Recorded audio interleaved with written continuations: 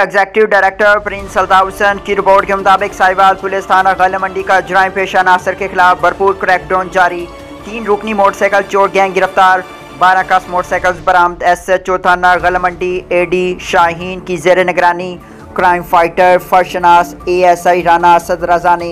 जदीद टेक्नोलॉजी को बरोकार लाकर शब रोज़ अंत तक मेहनत करते हुए हमरा टीम कार्रवाई करके 3 रुकनी मोटरसाइकिल चोर गैंग मुलजिम रजब अली उर्फ दानियाल,